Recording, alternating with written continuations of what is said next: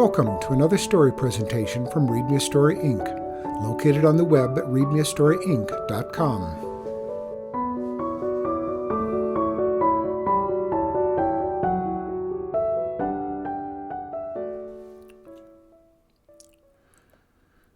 Eight Special Gifts, a Hanukkah story by Sonia Levitin.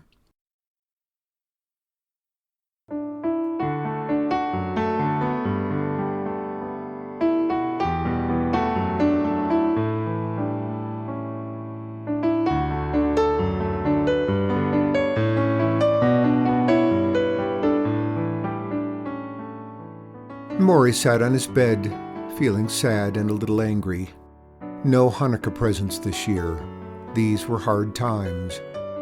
Dad had lost his job, and Mom's pay was cut. The rent on their apartment had gone up too. "We just can't afford presents," his parents said. "We're so sorry." On Morry's bureau stood a photograph of his grandfather. His mother had told him often enough, "You are named for your grandfather Morry. He was the kindest man on earth." Now Morry studied the face of the kindest man on earth. He looked no different from anyone else, Morry thought. He wondered, if his grandpa were here, might there be presents for Hanukkah?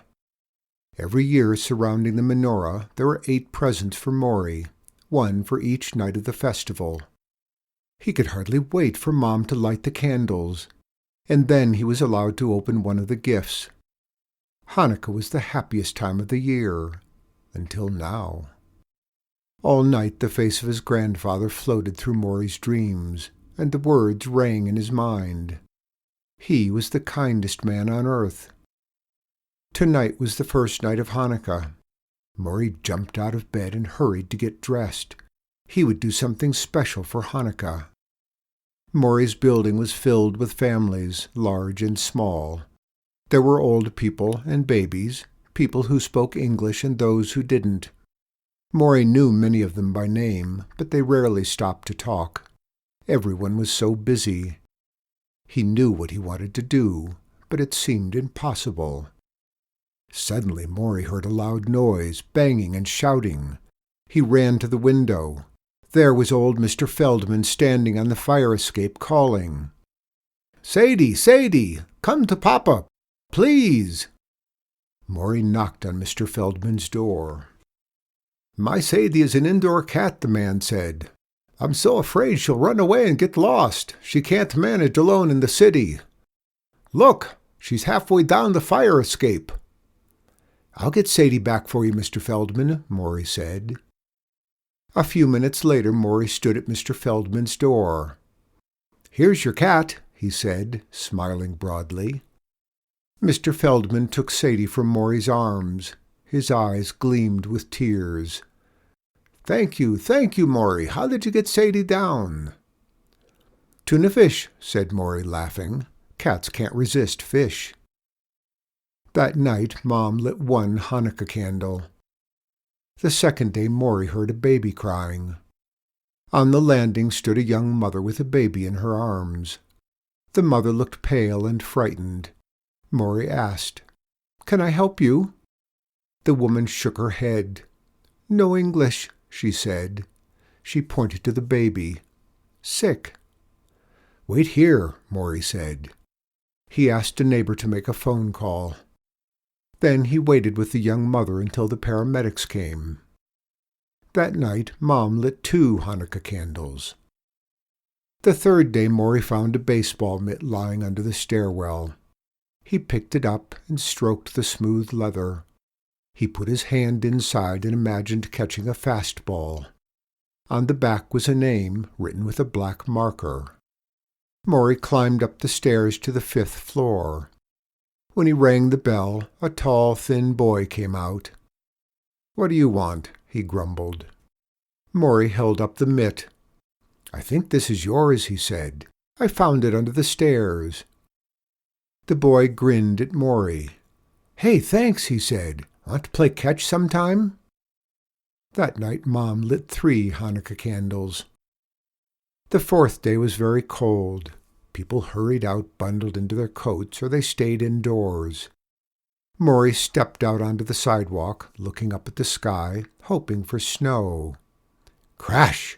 Someone had tossed a bottle out of a car window. Broken glass littered the street. Morry ran inside. From the supply closet he took a broom and swept up the glass and put it into the dumpster. That night Mom lit 4 Hanukkah candles. The 5th day it did snow. Danny Santos, the little boy who lived just below Morry's apartment, stood at the window crying. "What's wrong, Danny?" Morry asked. "Mommy won't take me and my brothers to the park. She said it's too cold." "Let's go to your place and play," Morry said. It had been years since Morry did simple puzzles or pushed small cars around on the track. The boys made happy noises. Vroom, vroom. Morry played a board game with Danny and his brothers. Then Morry showed them how to make a Lego town and a Lego truck. That night Mom lit 5 Hanukkah candles. The 6th day, Morry was hurrying out to the store when he saw Mr. McDuffie carrying a bag of light bulbs. "Hello, Mr. McDuffie," said Morry. "Is your son home for the holidays?" Mr. McDuffie shook his head. "'Fraid not," said Mr. McDuffie. "I'll have to wait to get my light fixed." "I'd be glad to do it," said Morry. "Do you have a stepladder?" Soon the light was gleaming in Mr. McDuffie's kitchen. "My fingers don't work so well any more," said Mr. McDuffie. "Arthritis. Now, thanks to you, I can read my newspaper at the kitchen table." That night Mom lit 6 Hanukkah candles. The 7th day Morry tapped at Mrs. Mason's door. She lived alone and her eyes were poor. She was nearly blind. "Mrs. Mason," Morry asked, "would you like to have me read to you?" The woman looked up astonished. "Why, yes," she exclaimed. "I would love it." Mrs. Mason handed Morry a magazine with 2 women on the cover. As Morry read, Mrs. Mason nodded and smiled to herself. That night Mom lit 7 Hanukkah candles. The 8th day Morry looked all around the apartment building. He went from one floor to another. He looked outside. Nobody seemed to need a kindness, and it was the last night of Hanukkah. Morry hurried back home, taking 2 stairs at a time. He burst in the door. Mom rushed out to meet him. "Sit down, Mom," Morry said. "How can I sit?" she exclaimed. "I've been cooking all day. I have all these pots and pans to scrub." "No," said Morry. "Let me." He led his mother to the living room. He put on her favorite CD, and music filled the house. Soon the pots and pans were scrubbed and put away. That night, as Morry and his parents gathered around the menorah, his parents were beaming. "I hear you've been very busy, Morry," said his father. "Some of the neighbors came today," said his mother. "A man holding a cat, a young woman with a baby, Old Man McDuffie and Mrs. Mason, and several other people. They told me all the things you did for them." "You gave us the best Hanukkah gift in the world," said Dad. "Acts of kindness," said Mom. That night 8 candles glowed brightly as Morry and his parents sang many songs of Hanukkah joy.